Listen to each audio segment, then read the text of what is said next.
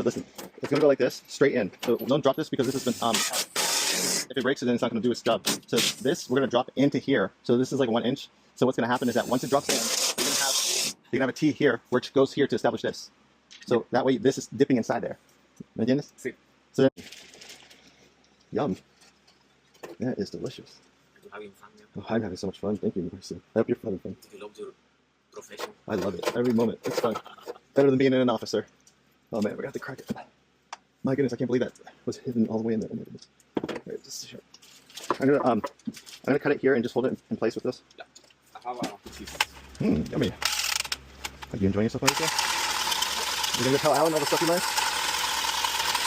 I have things to learn right here, but Type of water heaters, Bradford White, they have the anode rod integrated with the hot side. So what we're gonna do, we're gonna put in a new hot side down here, and then we're gonna get this assembly that I created. So what you'll notice is that here, and you're gonna have a T to establish here.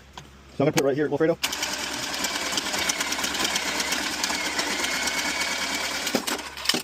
And then one more time. Now, the reason I did that is because now I can put it right here, and then I'm gonna just dry fit the T, make sure it fits perfectly. I'm gonna make my mark. I'm gonna test the theory, like you gotta put it together to dry fit it, see how it's gonna feel, and then we'll start to do it. Because once you crimp, there's no going back, and each fitting costs a lot of money. yeah.